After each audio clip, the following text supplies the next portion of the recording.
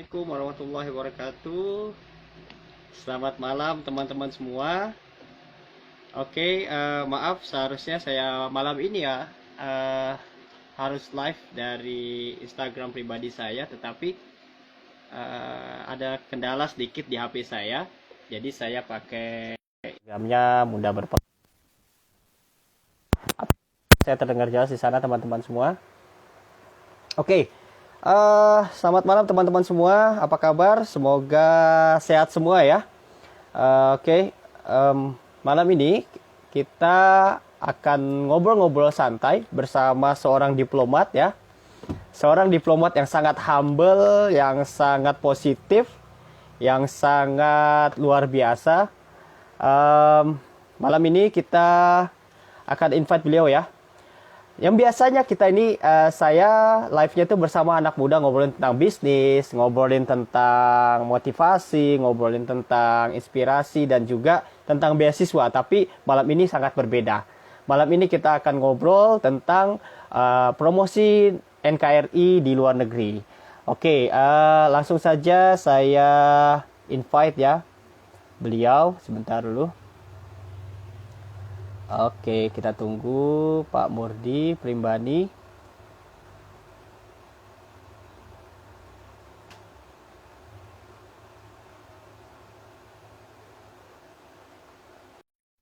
Oke, teman-teman, perlu saya informasikan malam ini kita akan ngobrol bareng, ngobrol santai bersama Pak Murdi Primbani. Ya, beliau adalah seorang yang sangat luar biasa, ya, seorang yang sangat super menurut saya, sangat menginspirasi buat saya. Beliau ini sangat humble, murah senyum, senang berbagi, senang membantu, dan apa namanya, mempunyai wawasan yang sangat luas. Nah, saya bertemu dengan beliau, Pak Murdi ini di Dubai kemarin ya. Halo Pak Murdi, Assalamualaikum. Halo Pak Handi, Waalaikumsalam Masya warahmatullahi Allah. wabarakatuh. Apakah suara saya terdengar jelas, Pak?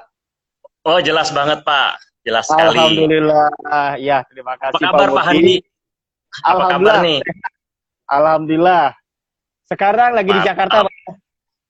Ya, lagi di Jakarta Pak Handi. Kita sedang konsultasi Alhamdulillah. bersama beberapa kawan dari Kabul, Ya. konsultasi ke Jakarta.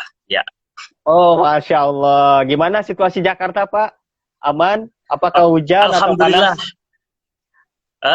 Enak ya, karena sudah mau menjelang Desember. Enjoy sekali Jakarta, luar biasa. Mantap Jakarta. Alhamdulillah. Ya, ya, ya. Alhamdulillah kalau di Kerinci diberkahi hujan malam ini, Pak. Alhamdulillah beberapa hari ini kami diberkahi hujan sangat deras. Alhamdulillah. Alhamdulillah. Kerinci. Oke. Ya, di Kerinci. Mungkin Pak Murdi pernah dengar Gunung Kerinci ya. Ya, Ah, Masya Allah. Oke, ya. Sebelumnya saya minta maaf nih ke Pak Murdi dan teman-teman semua. Seharusnya kita live melalui Instagram pribadi saya, tetapi karena ada masalah sedikit teknis di HP saya, jadi saya pakai HP-nya mudah berpengaruh nih, Pak. Ya, Kita santai aja ngobrolnya malam ini, Pak ya. ya Pak. Biasa itu Oke, masalah teknik. Ya, iya. Oke, Pak Murdi, silakan Pak. Silakan perkenalkan diri, asalnya dari mana, terus sekarang penugasan di mana, anaknya berapa. oke. Silakan. Nggak urut nggak apa-apa ya. Iya, santai Iya, Pak. ya. Nama saya, halo pemirsa, nama saya Murdi Primbani. Ya, Saya asal dari ayah saya dari Jawa Timur, dari ya. Surabaya, tepatnya Sidoarjo. Kemudian ibu saya dari Kalimantan Tengah. Jadi ibu saya sukunya suku Dayak. Jadi Oke. campurannya agak unik. Tapi tetap Indonesia, Indonesia. Masya Dan Allah. ya, kemudian saya bekerja di Kementerian Luar Negeri RI sejak tahun 2000, Pak Handi. Jadi Ya, tahun ini jatuh 20 tahun saya bekerja di Kementerian Luar Negeri. Dan Masya Allah. apa namanya, ya Alhamdulillah nggak terasa sekali, kayak seperti baru kemarin aja diterima.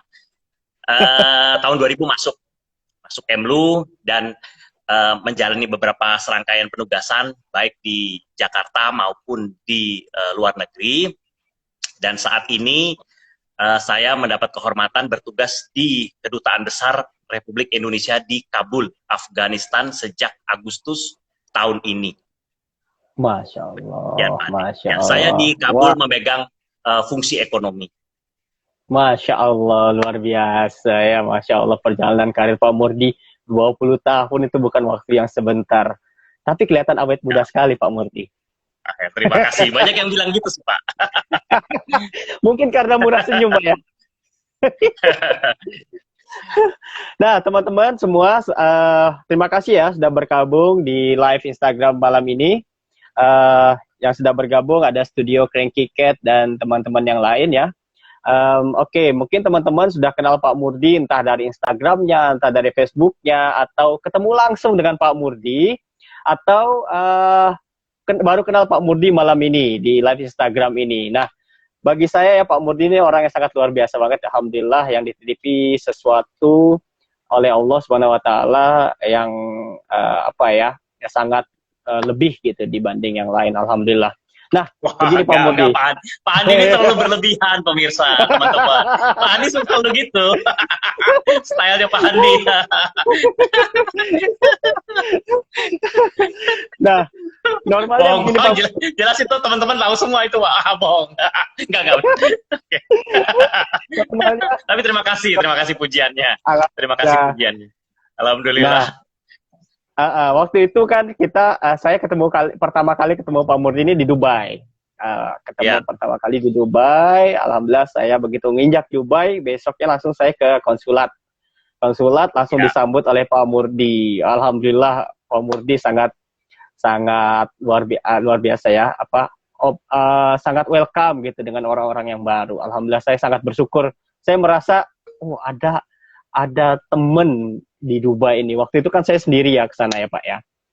Nah, Oke, normalnya gini Pak, kebanyakan orang-orang itu kalau ada semacam sharing-sharing seperti ini, mereka pengen tahu apa sih pencapaian dari si narasumber. Kalau saya beda Pak, kalau saya pengen tahunya itu, saya pengen ulik-uliknya itu tentang, saya keponya itu tentang mindsetnya Pak Murdi ini. Selama 20 tahun berkarir di Kemenlu, nah itu sebagai diplomat. Nah, apakah diplomat ini merupakan cita-cita Pak Murdi dari kecil atau bagaimana Pak? Oh, oke. Iya. Mengenai profesi diplomat yang saya tempuh saat ini ya, tentu saja tidak dari kecil cita-cita menjadi diplomat. Tapi untuk menjadi sarjana hukum, iya, dan bisa dibilang dari kecil itu Pak Andi. Jadi awalnya begini, awalnya itu kan kalau kita biasa waktu kecil ditanya pengen cita-cita jadi apa, kita selalu bilang ingin jadi dokter ya kan. Jadi apa jadi dokter? Ya. Jadi waktu itu saya belum tahu bakat saya sih, saya belum tahu bakat saya seperti apa kan. Mungkin teman-teman ketika SD juga mungkin ada yang sudah tahu, tapi ada juga yang mungkin apalagi kelas 4 SD ya. Saya kelas 4 SD belum tahu bakat saya di mana. Tapi ketika itu ada keponakan bapak saya yang sedang kuliah di Fakultas Hukum. Ya, sedang kuliah di Fakultas Hukum. Dia ini sering main ke rumah. Dia sering main ke rumah. Enggak sering, maaf, enggak sering main ke rumah. Kalau liburan dia main ke rumah. Kalau di liburan dia main ke rumah. Kakak sepupu saya ini. Dan alhamdulillah sekarang udah jadi ini Pak Handi menjadi eselon 1 di salah satu lembaga tinggi di Indonesia. Masya Allah. Cuman, tapi saya nggak bisa bilang siapa orangnya. Tidak bisa menyebutkan siapa orangnya. Iya. Nah, jadi ponakan saya ini, ponakan bapak saya ini dari Jawa Timur main ke rumah ketika itu sedang liburan. Main ke rumah. Biasanya kalau datang ke rumah saya, terus muncul waktu azan ya, tiba waktu azan, si ponakan bapak saya ini langsung tuh begitu tiba, assalamualaikum, tiba sampai di rumah saya, di rumah orang tua ya, langsung pamitan ke masjid terdekat. Kalau terdengar suara azan tiba di rumah bapak saya gitu ya, kan masjidnya dekat kebetulan, hanya berapa rumah aja bedanya. Jadi manggilnya Le ya kalau Jawa Timur ya, Le, wah udah masuk azan Le, jadi ke masjid. Oh ya tungguin, saya juga mau bareng ke masjid juga, kata bapak saya gitu kan.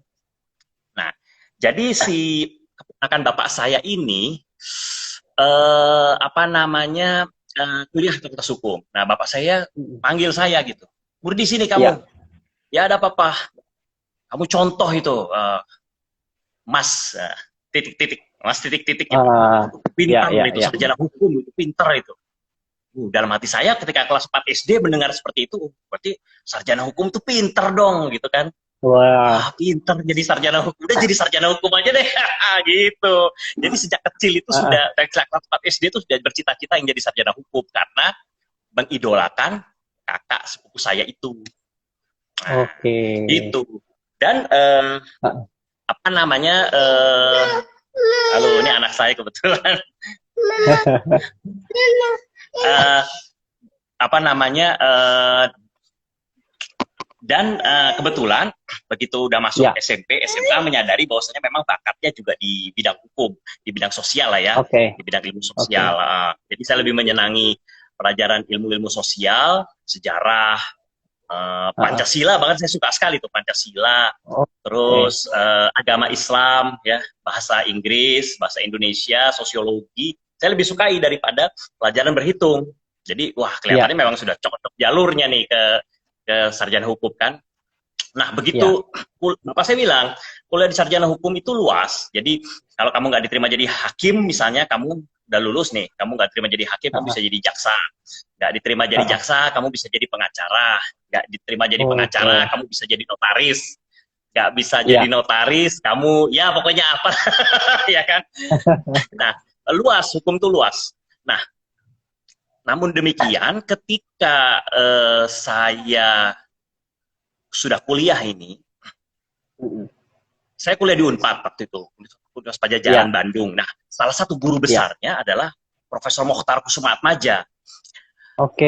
Profesor Mokhtar Kusumaatmadja, mantan Menteri Luar Negeri. Nah, ketika itu beliau mengajar mata kuliah pengantar ilmu hukum di Unpad. Pengantar ilmu hukum, ya. Pengantar ilmu hukum, mengajar pengantar ilmu hukum, dan beliau menyampaikan sedikit-sedikit mengenai pengalaman beliau ketika menjadi Menteri Luar Negeri, menjadi diplomat gitu ya. Dan wah saya terinspirasi sekali betapa beliau telah memperjuangkan apa namanya batas-batas wilayah maritim Indonesia bersama teman-teman di Kementerian Luar Negeri. Jadi yang saya terpukau adalah ketika beliau menceritakan pada awalnya itu wilayah Indonesia itu daratannya memang ya seperti kita punya sekarang ini, sangat luas daratannya. Tapi lautannya terbelah-belah kan, terpisah-pisah. Jadi lautan itu belum diakui, lautan yang dimiliki Indonesia itu yang berdekatan sama daratan itu belum diakui sebagai wilayah Indonesia. Jadi masih dianggap sebagai perairan internasional. Jadi kapal-kapal gampang keluar masuk kapal-kapal asing. Gitu. Waduh, jadi Indonesia ini sebagai suatu negara bisa diterobos sana sini oleh kapal-kapal asing. Sementara Amerika ya kan sebagai satu benua kan utuh. Enak kan mereka kan utuh benua gitu, Amerika atau Australia ya kan daratannya luas utuh. Kalau ada sebarang orang masuk bisa dihalang. Tapi kalau laut dianggap laut bebas. Jadi apa namanya? Semua negara pada saat itu bebas keluar masuk perairan Indonesia dan Indonesia tidak bisa melarang. Nah, jadi dikeluarkanlah konsep oleh Insinyur Haji Juanda pada saat itu mengenai bahwasanya lautan pedalaman Indonesia adalah milik Indonesia. Dan itu adalah pernyataan sepihak. Namun sangat revolusioner. Itu semua negara terkaget-kaget itu. Bahwasanya Indonesia memperkenalkan diri sebagai suatu negara kepulauan, dan laut-laut Indonesia yang berdekatan dengan daratan Indonesia adalah milik Indonesia. Jadi kalau orang mau masuk harus minta izin. Nah, apa namanya? Maaf ya, anak saya yang nomor 2 emang agak manja sama saya. Kalau saya di Kabul katanya nggak begini, nggak manja dia. Kalau dekat sama saya manja betul. Nah, kata istri saya, kamu di Kabul aja deh. Gitu. Biar kamu pulang manja anak kamu nih, yang nomor 2. Ya, oh iya, anak saya 3. Semua tadi saya lupa memperkenalkan diri, anak saya 3. Alhamdulillah. 3 laki-laki. Pak Handi laki-laki juga ya, 1 ya? Laki-laki 1 Pak, iya. Oke, kita sapa-sapa dulu nih Pak. teman-teman kita yang sudah bergabung malam ini. Oh, Ada Ferry iya, iya. Suhender, ada J. Henry, ada Lisa, ada Bang Ya. Deddy Handoko, dan lainnya ya. Terima kasih teman-teman yang sudah bergabung malam ini. Nah, topik kita malam ini kita ngobrol santai aja tentang promosi NKRI di luar negeri ya. Nah, buat teman-teman ini pas banget nih buat teman-teman para UMKM yang pengen memasarkan produknya ke luar negeri. Nanti saya akan tanyakan ke Pak Murdi bagaimana caranya. Terus yang teman-teman nih pengen juga mengikuti jejak karir Pak Murdi. Ya, jejak karir Pak Murdi sebagai diplomat seperti apa. Nah, lanjut nih Pak, kalau pertanyaan saya nih Pak. Ya. Dulu Pak Murdi memilih karir sebagai diplomat tuh awalnya seperti apa Pak? Apakah melamar, ataukah ikut tes, atau waktu kuliah langsung dicomot gitu? Oke, kamu masuk Kementerian Luar Negeri atau gimana itu Pak? Ya. Jadi setelah tadi sudah firm ya, oh ternyata saya ingin jadi sarjana hukum dan ternyata bakatnya Ya. memang di bidang ilmu sosial ya. Agak Ya. kurang begitu suka menghitung lah ya, kalau menghitung duit ya bisa lah ya. Tapi kalau menghitungnya rumit-rumit, rumus-rumus sudah angkat tangan deh. Nah, jadi bakat tidak ketahuan, hukum masuk. Akhirnya diterima di Unpad. Alhamdulillah Unpad bersedia menerima kami sebagai mahasiswa Fakultas Hukum Unpad Pajajaran. Ya. Dapat kuliah dari Profesor Mokhtar, terinspirasi dengan perjuangan beliau, akhirnya kita menjadi diakui laut-laut kita di dalam negara kita menjadi laut wilayah Indonesia. Jadi Indonesia itu gabungan antara perairan darat, antara wilayah darat dengan wilayah laut. Jadi Indonesia itu bisa dibilang benua maritim, Pak Handi. Kita bangga sekali. Jadi kalau Amerika luas ya, Amerika Serikat luas, Australia luas, itu daratan. Tapi Indonesia daratan plus lautan itu wilayahnya hampir sama dengan mereka. Ya. Malah kalau dengan Amerika kalau nggak salah kita lebih panjang sedikit, ditambah laut. Jadi kita memang negara yang sangat luar biasa. Darat plus laut bergabung menjadi benua maritim Republik Indonesia. Gitu. Banggalah kita ya menjadi orang Indonesia. Nah, kemudian setelah pengen jadi diplomat ya, berarti udah jadi sarjana hukum, kemudian pengen jadi diplomat, melamarlah di Kementerian Luar Negeri. Jadi gini, jadi saya lulus tahun 98, kuliahnya masuk tahun 92, itu 98 ya. Kuliah cukup lama juga, 6 tahun. Kuliah 6 tahun, tapi kalau sekarang kan bisa dipersingkat ya, kuliah itu nggak usah perlu lama-lama, karena kan sudah SKS juga nggak perlu banyak-banyak diambil. Namanya, jadi alhamdulillah sekarang anak generasi muda bisa lebih cepat kuliahnya, terus kemudian, tapi tahun 99 tidak ada pembukaan Kemlu waktu itu. Saya sempat bekerja di Lembaga Bantuan Hukum sebentar.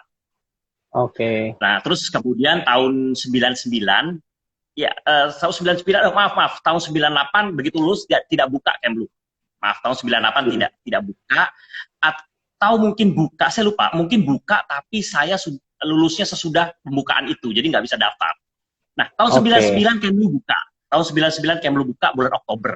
Nah, saya melamar dan waktu itu belum secanggih sekarang, jadi kita dikirimi surat. Jadi begitu lulus nanti tes misalnya tes A ya, tes pertama lulus, nanti untuk menghadiri tes B itu ada surat datang dan selalu on time itu. Selalu on time. Dan Kementerian Luar Negeri terkenal sebagai suatu kementerian yang sangat fair menerima pegawai. Jadi tidak ada KKN, saya juga tidak ada channel apapun di Kemlu, tidak ada channel apapun. Saya mengikuti serangkaian tes dan alhamdulillah pada tahun 2000 bulan April saya dinyatakan diterima per tanggal 1 April 2000. Gitu Pak. Alhamdulillah. Alhamdulillah. Ini Pak, buat teman-teman nih Pak yang baru lulus SMA atau sudah lulus kuliah, mungkin mau pingin ngikutin jejak Pak Murdi itu, pingin kerja juga di Kemenlu. Itu syarat minimalnya itu apa Pak kira-kira? Syarat minimal ya. Untuk generasi muda, teman-teman mirsa malam ini yang masuk Kementerian Luar Negeri, syarat-syarat adalah biasanya ya dari tahun ke tahun Kemlu tuh menetapkan jurusan-jurusan yang bisa melamar masuk Kemlu. Misalnya dari Fakultas Hukum itu biasa itu dari Fakultas Hukum, lalu FISIP Ya, hubungan internasional atau ilmu politik ya, itu, ya, lalu fakultas ekonomi, ya. lalu dari sastra, ya sastra Arab, sastra Inggris, sastra Perancis, Oke, Cina, sastra Jepang, sastra Rusia, ya itu oke. juga yang dicari oleh Kemlu. Masya Allah. Ya, ya. Oke. Kalau Pernah rentang pernah umur dalam ada, Pak? ya Maaf. maaf. Kalau ada umur, ada rentang umur maksimal berapa nggak, Pak? Ya, oh ya pernah perlu saya sampaikan bahwa saya pernah dalam satu waktu Kemlu menerima dari semua Ah, ah. jurusan. Kemlu Oke. menerima dari semua jurusan, which is menurut saya pribadi ya itu bagus Ya. sekali karena uh, semua ilmu kita perlu, semua ilmu kita perlu. Nanti kan kalau Kemlu memang kan adalah kementerian yang menghandling hubungan internasional dengan negara lain. Itu mata pelajaran hubungan Ya. internasional bisa diajarkan ketika pendidikan nanti di akademi. Kita punya pendidikan, Oke. Kemlu itu punya pendidikan kayak akademi militer gitu ya, akademi diplomasi namanya Sekolah Dinas Luar Negeri. Nah itu bisa diajarkan di situ, bisa Oke. dikejar di situ lah bisa dibilang. Jadi misalnya ada senior yang diterima dia dari IT, dari ITB. Ah, ah. Itu S1-nya IT ITB dan waktu itu Kemlu Oke. menerima semua jurusan dan diterima di beliau dan beliau pendidikan ini diplomatiknya ya di ilmunya tuh dikejar ketika lagi pendidikan di Kemlu ketika sudah diterima. Jadi Oke. namun demikian untuk apa namanya in general itu memang ada jurusan-jurusan yang sudah ditetapkan Kemlu untuk diterima. Jadi Oke. ya kebanyakan ilmu sosial yang tadi Ah, saya ah. sebutkan. Tadi Bapak Iya. nanya apa? Umur, Lupa. umur maksimalnya, Pak. Umur Oh, usia, maksimal untuk. ya, ya. Iya. Usianya kalau punya ijazah S1 maksimal 28. Ini saya kurang 28. tahu kalau ada perubahan ya, tapi yang saya Ya. tahu sejauh ini maksimal 28 untuk S1, untuk S2 3, untuk yang punya ijazah S3 maksimal 35 tahun. Masya Allah. Ini buat teman-teman ya yang pingin berkarir di Kemlu, mungkin baru lulus S1, tadi rentang umurnya 28, kalau S2 tadi berapa? S3-nya Uh, 30. ya, 32 dan 35. Iya, 32 dan 35. Nah, teman-teman, terima kasih yang sudah bergabung malam ini. Ada Agus Deputra, ada Pak Arif Prio, ada Faras Gali, ada Z Henry. Nah, buat teman-teman nih, yang lain-lain juga ya, terima kasih sudah bergabung malam ini. Jika teman-teman punya pertanyaan ke Pak Murdi, silahkan ya ditulis di kolom komentar, nanti akan saya bacakan. Nah, teman-teman perlu ketahui ya, saya ketemu Pak Murdi ini di Dubai waktu itu, Pak ya. Nah, waktu itu Pak Murdi menjabat sebagai fungsi penerangan sosial budaya, Pak ya. Ya, dan saat ini di Kabul, Afghanistan, menjabat sebagai fungsi ekonomi. Nah, Pak Murdi ini kan sekolahnya hukum, bahkan S2-nya, Master of Law-nya juga hukum di Jepang, Pak ya. Ini bagaimana ceritanya, Pak? Dari hukum, sosial budaya, terus ekonomi. Itu gimana, Pak? Apa nggak bingung atau gimana itu, Pak Murdi? Iya, jadi memang kita di Kemlu memang dituntut untuk ada peribahasa di Kemlu itu ya, kita harus bisa menghandle semuanya. Jadi ibarat nggak bisa berenang, misalnya nggak bisa berenang, harus bisa berenang gitu. Harus bisa berenang. Ya, jadi ya kita ketemu di Dubai ya Pak Handi ya. Iya, di Dubai. Kita ketemu di Dubai. Jadi saya menangani sosial budaya pada saat itu kemasyarakatan dan sekarang di Kabul menangani ekonomi. Jadi saya memang di Kemlu kalau teman-teman nanti bergabung di Kemlu, sebagaimana kementerian lain tentunya dan lembaga lainnya, kita banyak belajar. Jadi misalnya kemampuan kita ketika masuk Kemlu masih belum. Jadi gini, jadi kalau masuk Kemlu tuh banyak belajar sehingga kemampuan tuh terus di-upgrade gitu, kemampuan dan pengalaman dan ya dan bisa menambah apa ya, kita bisa jadi sedikit lebih bijak lah ya dengan berbagai macam pengalaman di Kemlu. Nah, jadi ketika Pensosbud kan saya menangani promosi sosial budaya Indonesia di luar negeri ya, dan memfasilitasi kegiatan-kegiatan masyarakat Indonesia. Nah, di Kabul saya diamanahi di bidang ekonomi. Jadi saya mempromosikan potensi produk-produk Indonesia di luar negeri. Ya, dan juga mencarikan jodoh. Jadi misalnya ada pengusaha Indonesia di Afghanistan. Nah, tugas saya adalah menjembatani. Jadi tugas kita nih menjembatani antara pengusaha, ya, pelaku bisnis Indonesia dengan pelaku bisnis di Afghanistan, sehingga tercapai suatu nilai perdagangan yang diharapkan makin dari tahun ke tahun makin tinggi di antara Indonesia dan Afghanistan. Masya Allah, keren Pak ya. Nih Pak, kalau saya lihat dari profesi diplomat nih Pak, terus terang nih, waktu ketemu kali pertama, ketemu Pak Murdi itu, Pak Murdi sangat menginspirasi saya. Juga saya terinspirasi dengan diplomat-diplomat terdahulu nih Pak, seperti Pak Agus Salim, Pak siapa lagi ya, gitu ya, Pak Agus Pak Salim, Pak Mukhtar Kusuma Atmaja, ya, Pak Mukhtar Kusuma Atmaja itu kan di usia 27 tahun beliau pernah bisa menyusun konsep wawasan Nusantara gitu Pak ya. Nah, memang kalau dilihat nih Pak, negara Indonesia ini negara yang memiliki berbagai macam keberagaman tuh. Nah, karena kita memiliki lebih 1.100 bahasa lokal gitu kan, dari 700 suku, dan semuanya itu disatukan oleh Bhinneka Tunggal Ika yang juga tentunya dengan asas Pancasila. Nah, ngomong-ngomong tentang budaya nih Pak, kan Pak Murdi sudah penugasan di beberapa negara ini Pak. Kalau kita bahas tentang budaya Indonesia dan produk-produk Indonesia, peran Kedubes RI di luar negeri ini Pak, selain Kedubes juga konsulat ya Pak ya. Nah, pengenalan budaya dan produk-produk Indonesia ini di sana seperti apa Pak? Pendekatannya kepada negara-negara yang ada di sana. Oke. Pengenalan produk-produk Indonesia yang ada di luar negeri ya.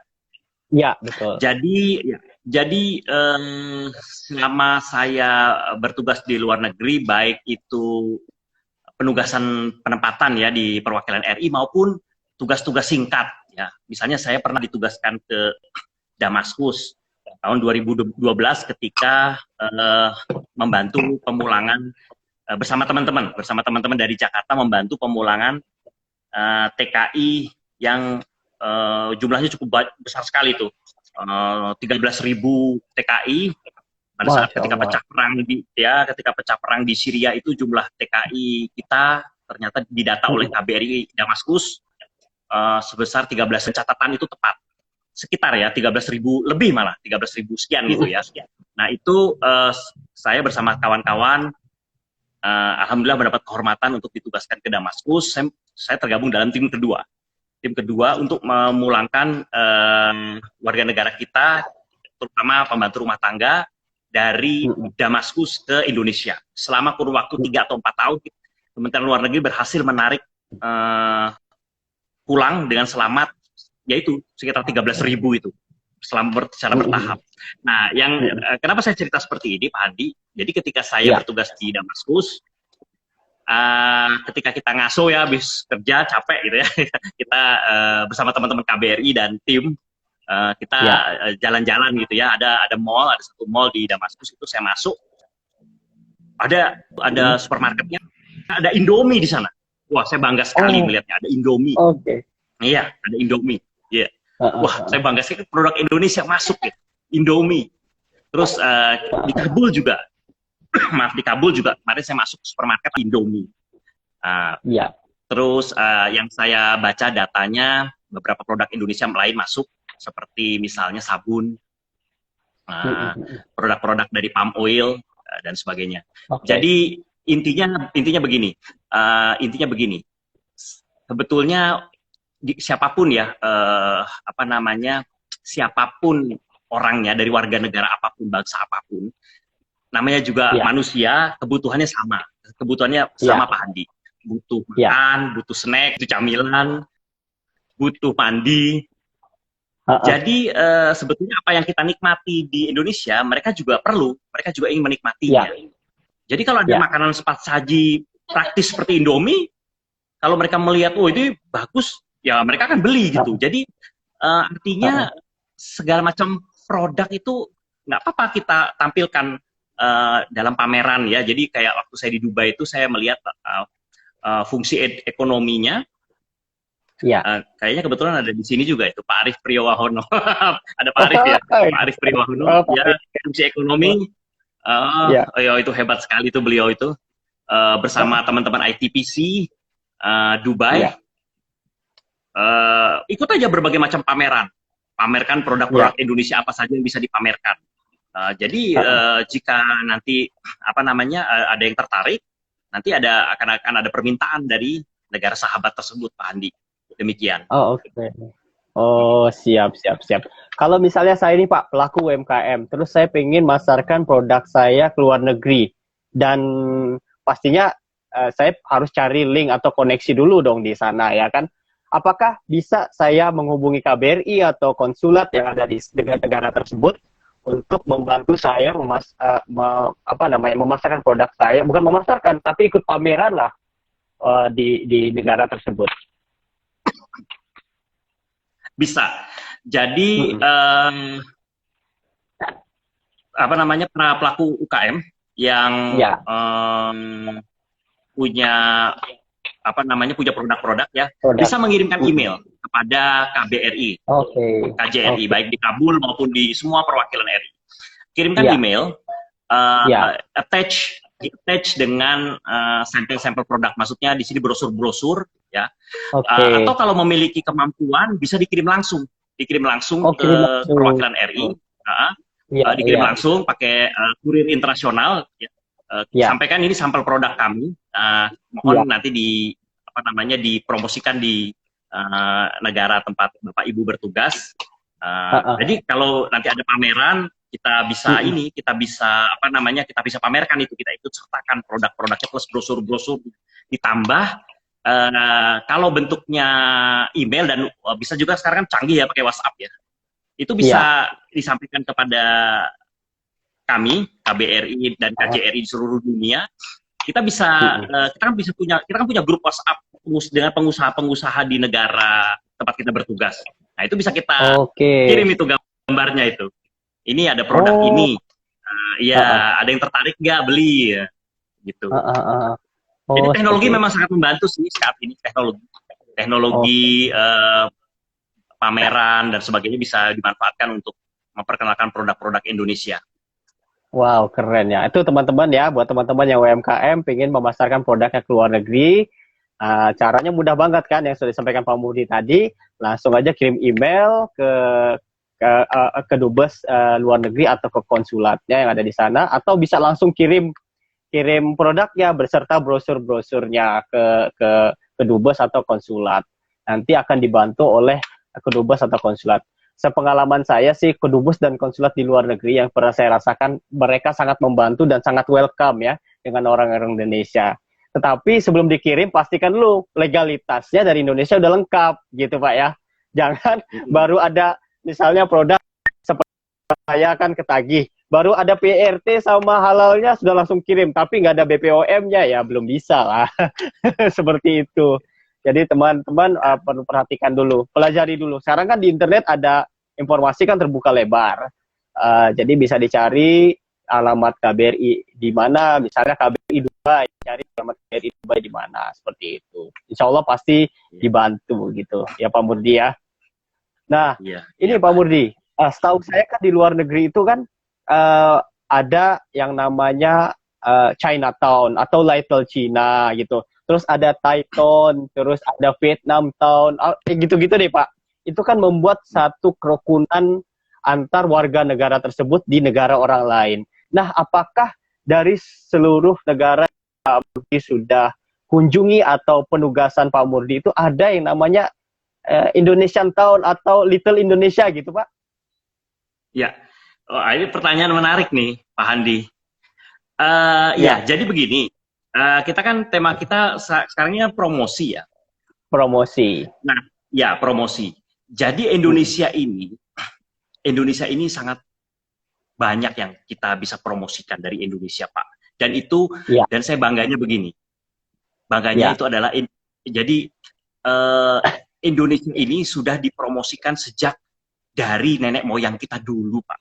Jadi mm-mm. merah putih ini, merah putih panji-panji kita ini, merah putih itu sudah berkibar sejak zaman Majapahit, Pak. Ya, Di mana-mana dikibarkan oleh ya, Majapahit dan sekarang dikibarkan oleh Negara Kesatuan Republik Indonesia. Dan Masya Allah. itu dari kita bicara ya, kalau kita bicara dari abad-abad 15 ya, abad 14, abad 15 ya kan. Lalu Mm-mm. ketika Fatahillah menaklukkan Batavia itu juga dengan panji-panji merah putih ya kan. Ya, Dan nah di dunia modern itu pemimpin-pemimpin Indonesia luar biasa semua. ya, Eh, Jago-jago promosi Indonesia. Jadi kita bisa lihat pertama Presiden Soekarno. ya, Saya mendapatkan video, Pak, diliput oleh pemerintah Afgan. Jadi kunjungan Presiden Soekarno, ya. ke Afghanistan tahun 61. Masya Allah, itu disambut seperti bintang film atau disambut seperti penyanyi rock itu beliau.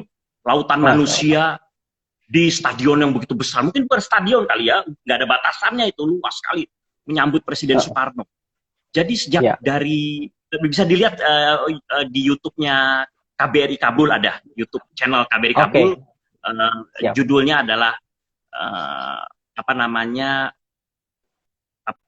judulnya itu kalau nggak salah program kerja KBRI Kabul, atau kalau nggak salah itu di Oke. dalamnya ada video kunjungan Soekarno. Jadi sejak dari kita dimudahkan dengan pendahulu-pendahulu kita yang sudah banyak mempromosikan Indonesia, Pak. Gitu. Oke. Nah, sejak dari Soekarno, lalu Pak Harto, Bung Karno, Pak Ya. Harto, ya kan, Pak Habibie, Gus Dur, Ya. Megawati, SBY, Pak SBY dan Pak Jokowi sekarang Ya. membuat bangsa Indonesia ini terkenal, gitu ya. Sepak terjang para pemimpin kita yang luar biasa, Ya. diakui. Dan sekarang Pak Jokowi, tempat kita dulu tinggal di UAE, ada Jalan Jokowi Street kan. Udah, Iya, betul. ada itu. Betul. Itu pengakuan, Ya. itu luar biasa.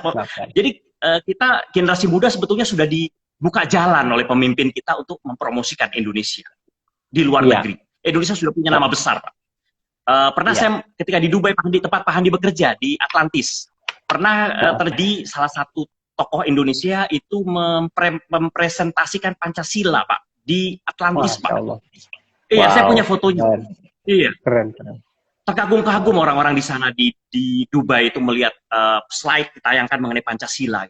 Betapa Pancasila itu bisa mempersatukan Indonesia yang tadi Pak Handi bilang, seluruh berbagai agama, kepercayaan, suku bangsa, semua bersatu di bawah Pancasila, ya kan? Iya. Jadi Ipolek Sosbud Hankam kita bisa dipromosikan di luar negeri. Dari segi politik, kita negara demokrasi terbesar ketiga di dunia. Kita promosikan melalui Bali Demokrasi Forum. Jadi gini, bukan berarti negara-negara itu harus mencontoh kita, plek, harus Pancasila, harus demokrasi, tidak. Tapi yang kita bisa ajarkan di sini nilai-nilainya, sehingga negara-negara lain bisa mencontoh Indonesia, gitu ya. Nilai-nilai Pancasila, nilai-nilai demokrasi bisa dicontoh oleh bangsa-bangsa lain. Ipolek sosial budaya. Sosbud dan pertahanan keamanan bisa kita promosikan produk-produk alutsista pertahanan dan keamanan kita, PT PAL, PT Pindad, PT Dirgantara Indonesia. Jadi semua aspek Indonesia punya potensi luar biasa untuk kita perkenalkan. Jadi promosi itu kan kalau dalam kamus besar bahasa Indonesia kan artinya memperkenalkan. Nah, begini. Cuma masalahnya adalah bukan masalah sih, itu adalah natural ya. Natural bahwasanya yang kenal Indonesia pada saat sekarang ini kan silih berganti. Mereka akan menjadi tua, mereka akan meninggal dunia. Jadi lahirlah bayi-bayi baru, generasi muda baru di Kabul, di seluruh negara di dunia ini, di UAE lahir anak generasi baru yang belum tentu kenal Indonesia, ya kan? Karena mereka anak muda baru lahir, baru mentas. Belum kenal apa itu Indonesia. Artinya promosi tidak bisa berhenti, tidak boleh berhenti. Jadi harus terus memperkenalkan dan mempromosikan Indonesia. Karena Mm-mm. negara-negara sahabat orangnya berganti juga, berganti terus. Gitu. Mm-mm. Nah, jadi memang tugas generasi muda meneruskan estafet promosi dari pemimpin-pemimpin kita dulu. Nah, Wow. begini, saya salut sama Pak Handi ya. Jadi para pemirsa Pak Handi ini, saya salutnya begini.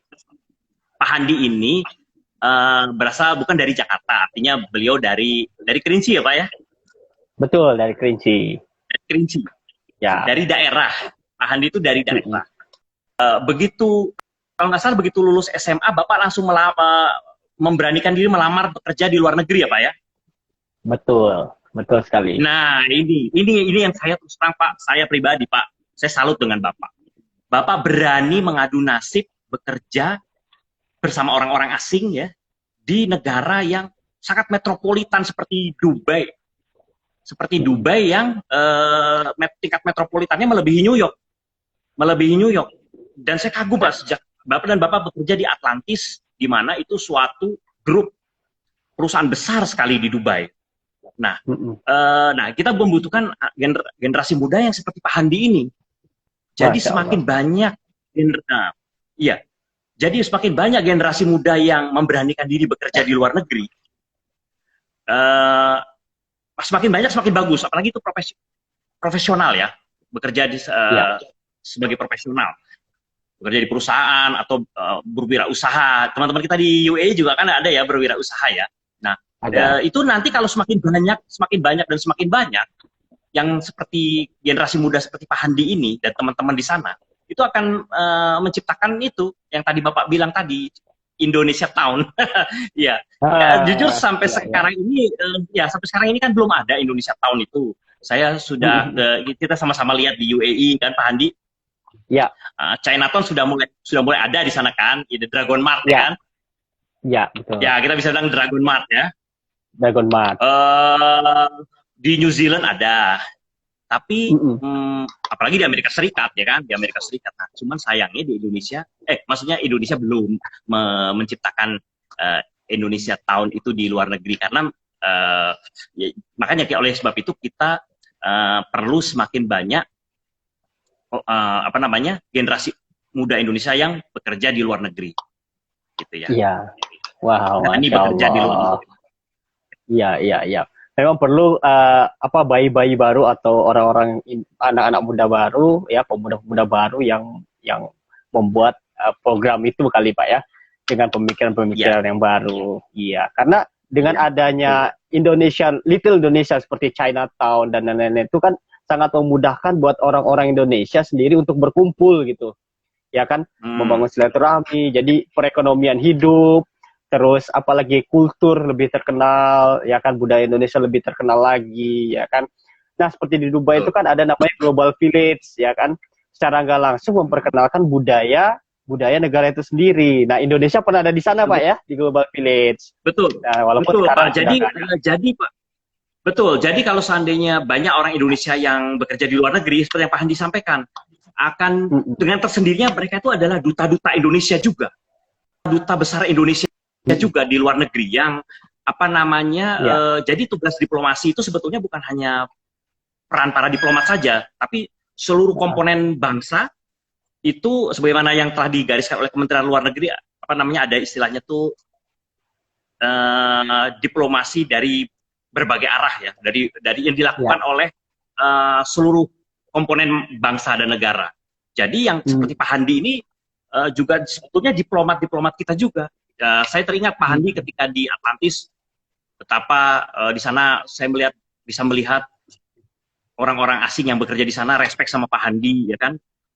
Terus kemudian di sana Pak Handi juga tidak egois. Pak Handi di sana menghimpun masyarakat Indonesia di sana yang bekerja di Atlantis. Pak Handi rangkul, Pak Handi bikin grup, terus barbekyuan bareng, ya kan. Nah, saling tolong menolong antar warga Indonesia di luar negeri, ya itu yang KBRI dan KJRI kita sangat bangga generasi muda seperti Pak Handi ini. Wow, Masya Allah. Apalagi sekarang buka usaha lagi ya, buka usaha. Oh, Saya ada beli juga ya juga. produknya ya. Saya bikin kejutan Makasih sama Pak Pak Andi. Budi. Saya beli juga ini. Aduh, sudah jadi pengusaha sekarang. Alhamdulillah, Mantap. Ya. alhamdulillah.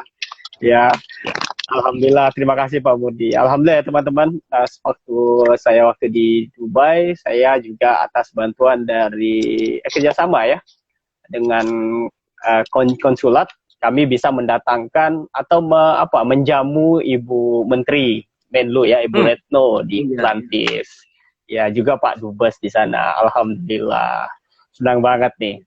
Nah, ini Pak Budi, Iya.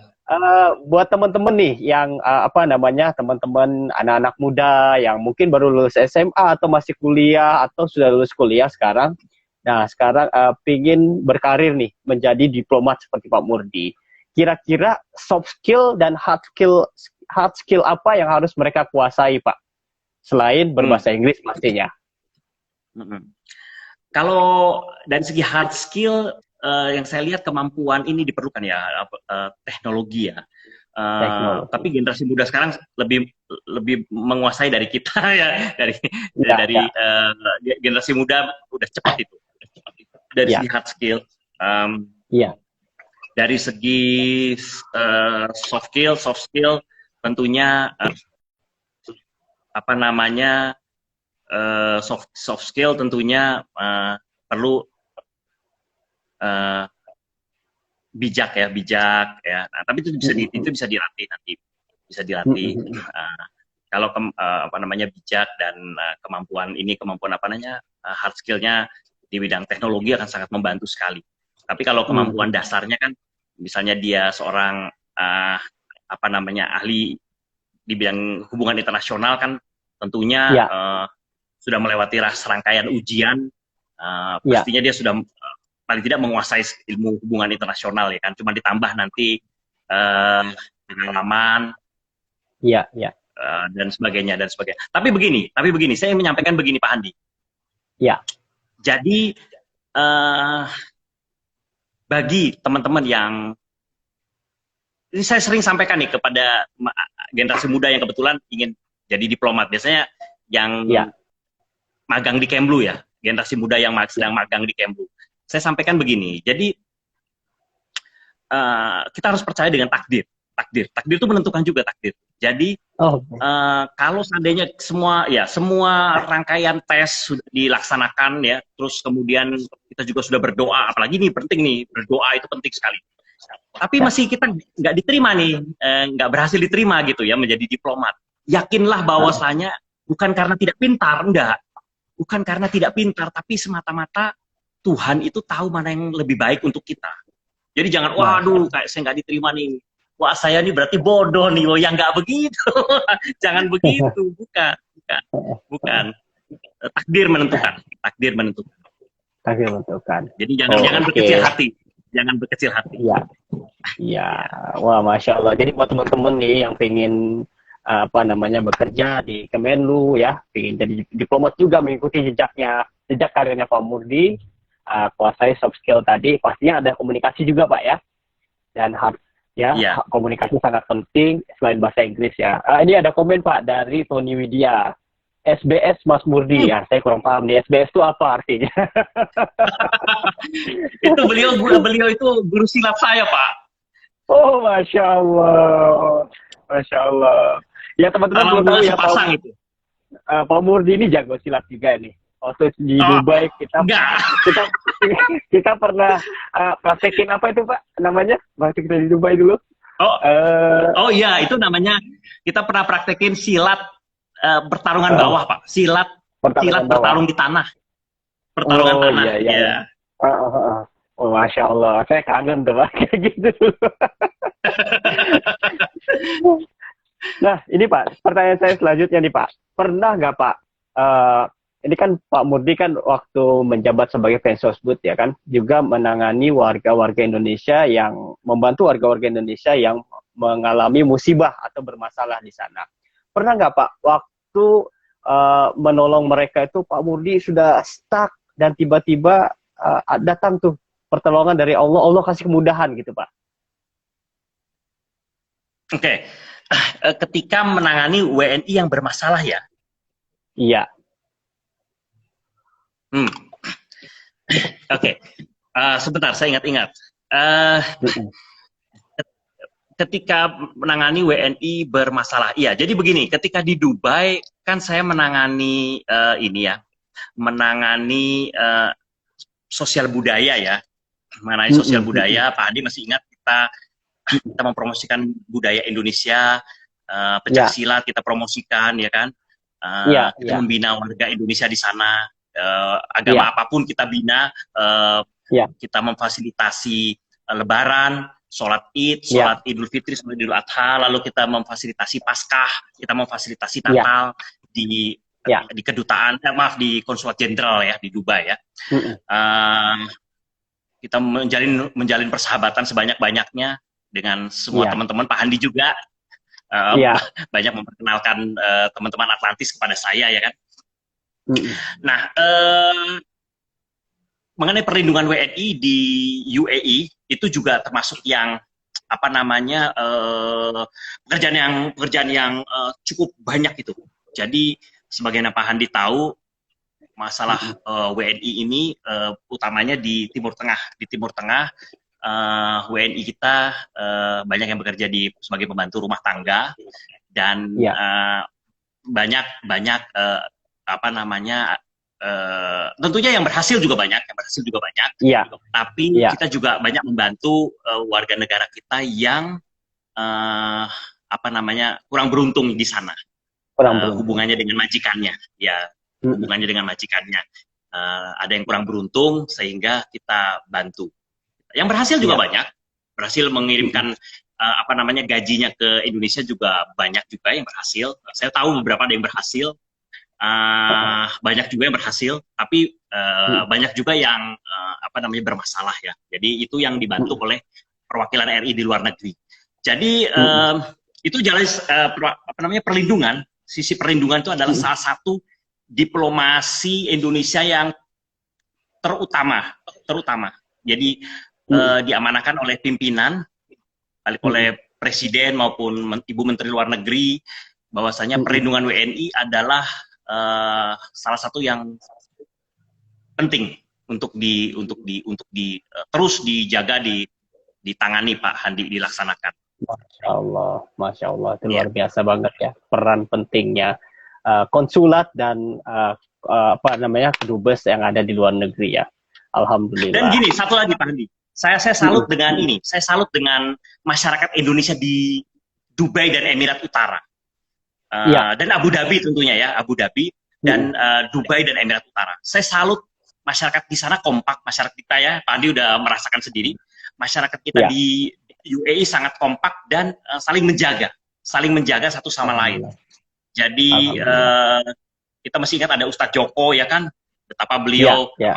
uh, ya turut bersama-sama dengan KJRI Dubai melindungi WNI di sana. Jika ada masalah, Betul. kita saling backup Iya. lah ya, saling membantu untuk mengatasi masalah WNI di luar negeri. Iya. Masya Allah. Iya, Alhamdulillah ya. Senang sekali bisa bertemu Pak Murdi waktu di Dubai. Nah, sekarang kita sudah berpisah. Saya balik ke Indonesia. Pak Murdi sekarang penugasan di Afghanistan. Alhamdulillah.